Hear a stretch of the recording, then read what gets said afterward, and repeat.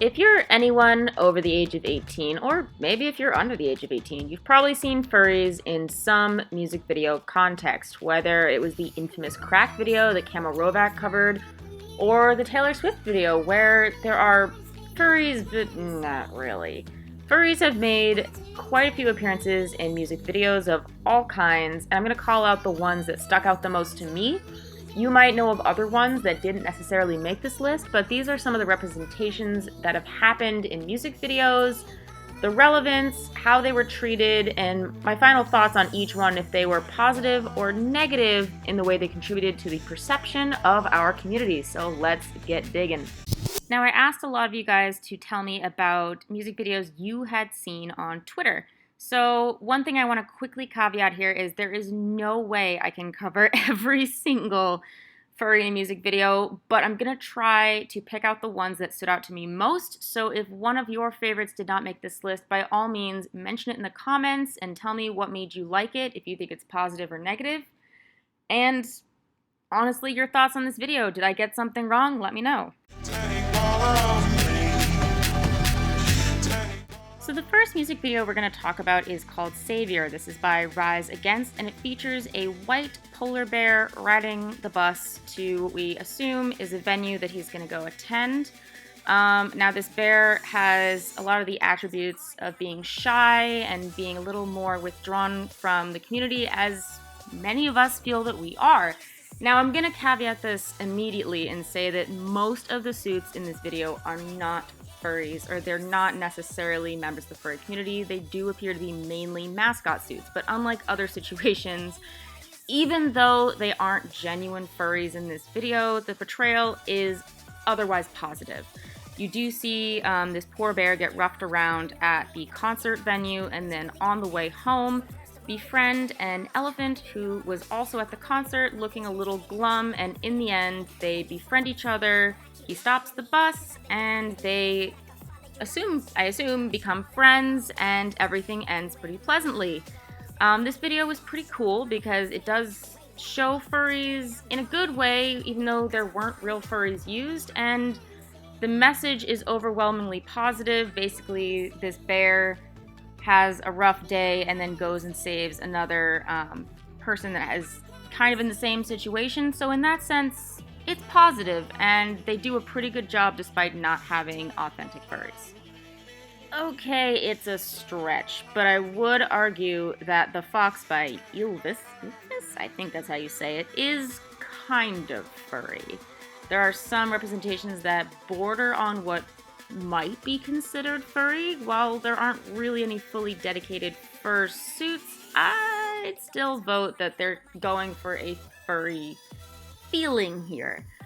Between the goofy fox outfits that they wear and all of the host of characters that come in kind of fursona-ish outfits, I'd say that this video is furry, and it's so lighthearted and goofy and friendly and just fun that I don't think it really does anything negative for the furry community. If anything, it gave us a really annoying thing to sing at conventions, which isn't really a bad thing, but doesn't really do us any harm as a furry community, in my point of view.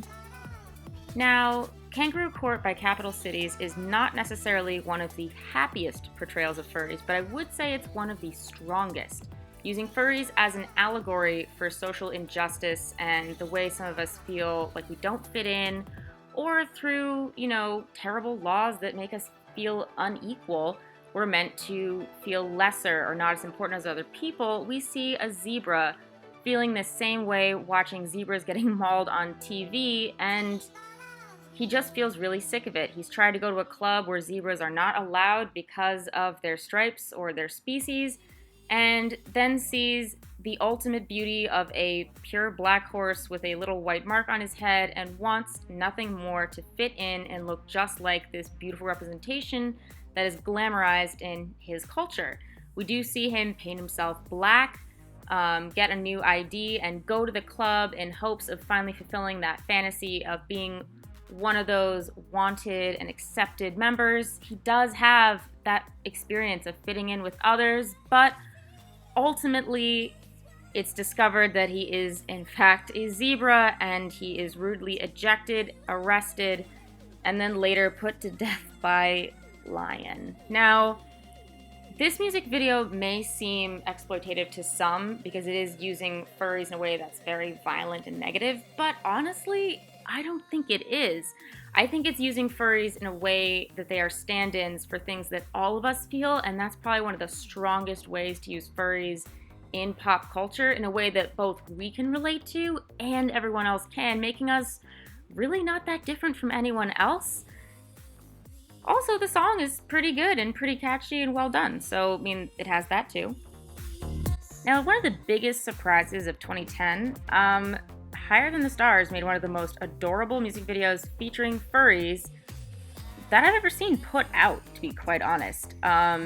The people behind the band themselves did something that I don't think I've ever seen a group ever do, and that is actually ask real furries to be in their music videos. That's right, real furries, real fursuits, real members of the community you might be friends with, real actual furries.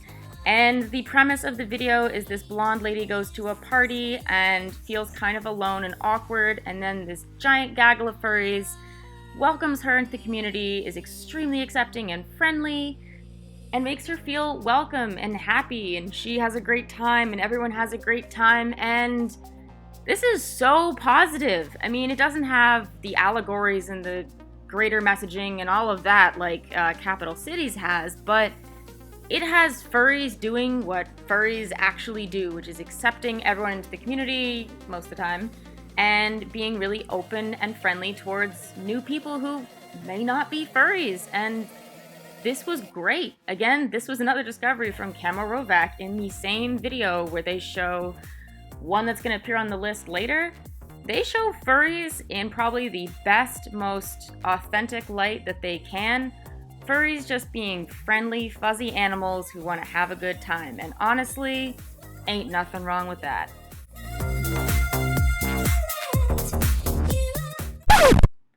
Yeah, so this music video, if you're not familiar, CamoRovak actually called this one out. It's one of those music videos that is infamous in how horrible it is. The first thing you're going to notice is there are no furry fursuits in here. It's all mascot suits, and by the looks of it, pretty cheap ones. Now, there's a reason for that you might not know. Initially, Silvergun and Spleen had gone on a bit of a rampage trying to get furries to join their music videos. I've actually screen grabbed one message that CamoRovak received up here. I'll link his video down below so you can see everything that happened with that. But essentially, the plot of this music video is trash. The way it was executed was trash. And it was so trash that Silvergun and Spleen actually took it down for a bit. It's currently back up. I don't know why. But this goes from people in cheap, but still kind of cute mascot suits, going 0 to 100 very fast, going from dancing at a high school thing, I think, to being debaucherous, sexually fetishized monsters. And this is a problem. Why? Well, furries as it is don't have a great rep in that department because of pop culture and stigma that has been circulated through gosh knows how many sources, CSI being one of them. This music video doesn't do us any favors. It doesn't portray us very well, it's poorly executed, and the song isn't that good either. So all around, this was trash and made us look like trash, which is, you know, always great. Okay, now bear with me. While this isn't the absolute worst thing out there, it doesn't really portray us in a great light. Furries in this music video are essentially not portrayed as productive members of society, which is kind of a problem considering a lot of furries in the community right now have really great jobs and are really outstanding members of the community. And while it's not the worst thing you'll ever see of us, it really only gives furries one dimension. In this situation, they're just debaucherous party people who follow Kesha and wreak havoc on a local convenience store.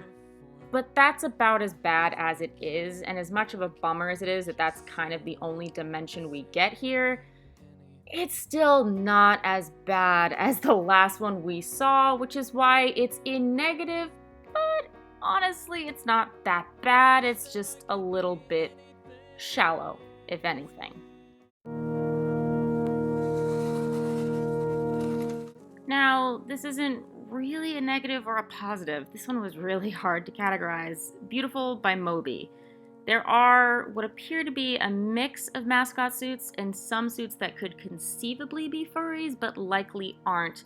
Essentially hanging out at a party, having a grand old time, and, you kind of see everybody dancing around. Seems innocent enough. The music is very upbeat and friendly, and then we kind of start to centralize on one particular character who is a brown rabbit who gets himself into a bit of a situation with a squirrel. Now, this does insinuate some kind of sexual activity, but it's not as fetishized as it could be. Let's be honest here. Yeah, there's a bunch of different people at the party, getting a little frisky with each other, but it's not like the worst representation we've ever had where it's just an all-out fest. Something happens between the two of them, and the rabbit is upset and leaves the room. We see this rabbit walking around, and it's implied that he plans to leave the party. He, she, not really sure. And then has a confrontation with a moose, which leads to an altercation, and ultimately this rabbit shoots the moose. Everyone is very distraught and unhappy, as, you or I would be if this happened at a party. Comes out to see the poor moose, who's decided to go home with a white bunny, who I guess we're supposed to assume was meant for the brown bunny to fall in love with. And then after it's shown that the white bunny and this moose are dead, the brown bunny walks out of screen, and it's implied that he shoots himself. So this isn't really a positive music video, but to be honest, it's not really a negative portrayal of furries in general. It shows a situation that's unfortunate and we wish would never happen, but does sometimes happen. But furries aren't used in an exploitative way here. They're just used as the cast of characters in a particular scene, and it's pretty tasteful and honestly pretty refreshing to see furries portrayed this way. Now, in this animated music video by Caravan Palace for the song Lone Digger, we do see these 3 cat characters enter a bar, which is filled with a whole host of furry characters. It's beautifully animated, but I will warn you, it's a little violent. So, in this music video, they essentially make their way into a club, get settled, have some shot glasses full of milk, and we can kind of see the dynamic traits of all of the different animals shown in the scene. We have the very steadfast door guy who, keeps watching them after they come in. And we have a couple other animal cameos here that are pretty interesting and beautifully animated. Now, while this is violent, and there's a lot of death that appears in this music video, as you'll see if you decide to go watch it, it's still not exploitative, and it's not really negative or positive. Yeah, there's a lot of killing that happens. There's a couple of cute little asides, like this donkey drinking a drink with a carrot in it, but for the most part, it's pretty respectfully done. It's just showing anthropomorphized characters in a seedy bar that have a bit of a bar fight and not so great of a ending. It's a great song, so it's got that going for it, and it's pretty tasteful in the way that it handles the conflict, the cast, and the way it's all thrown together. I'd recommend you watch it. Just be aware that it's a little bit violent, and if you like cats and dogs, maybe you'll be a little offended, but not much. The last one we're going to talk about is Coldplay Paradise, which follows the story of an elephant who's locked up and trying to find its way home. It, he, her, I don't know. But at any rate, this is a really cute, a really charming, a really heartwarming music video. The music's nice. I mean, it's Coldplay. It's going to be very soothing and lovely. But why didn't I put this in positive? Yeah, the story is very uplifting. The cinematography is very beautiful. The song is good. It's overwhelmingly positive. It shows this arduous journey of a brave little elephant. But the reason this isn't in positive is because it's just kind of neutral. It's using furries just as characters. So this furry character of an elephant isn't really emblematic of the furry experience, unlike Kangaroo Court, where furries and the concept of being furry is explored a little bit in the way that that one particular character is viewed and treated. This just kind of uses furries as actors, closer to Moby's Beautiful. Similarly, unlike the Higher Than the Stars, where they had actual furries and it really showed how furries are around other people, being welcoming, being very accepting, and, letting new people into the community, this is just an elephant trying to get home, and there's nothing wrong with that, but it doesn't really do anything negative or positive for our community. It's cute, and most people watching this probably just thought of it as an elephant trying to get home rather than a furry character in a human world trying to interact. I mean, that is what it is, but it's just not really leaving a big impression either way. You kind of watch it, and then that's it. There's no real hard-hitting message there. It's just an elephant trying to get home, and as cute as it is, it doesn't really affect our community either way. So as much as I do really adore this music video by Coldplay, it's kind of neutral. It doesn't really do anything for me either way, and I don't think it really does anything for the community either way, other than just being a charming, perfectly nice music video that, your mom or dad would probably like. So, my final thoughts on all this. Well, when furries are used in music videos, we can be used as interesting non-human characters with really interesting attributes. We can be very visually striking, and used well, we can really communicate a story in a way that, maybe a human character wouldn't be best suited to. But please, if you're going to use furries in music videos, use us properly.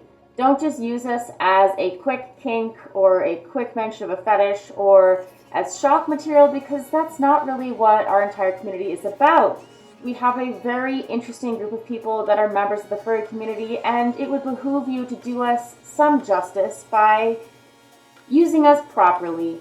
If you're just looking for some shock horror and you think that having a furry fetish would be an interesting way to get yourself more views, just don't do it, because it looks cheap, it looks forced, and most of the time you're not going to get real furries who want to do that. You're going to wind up with mascot suits that look cheap and crappy, when you could have a furry with a nice suit actually act for your video and do a great job, like in Higher Than the Stars.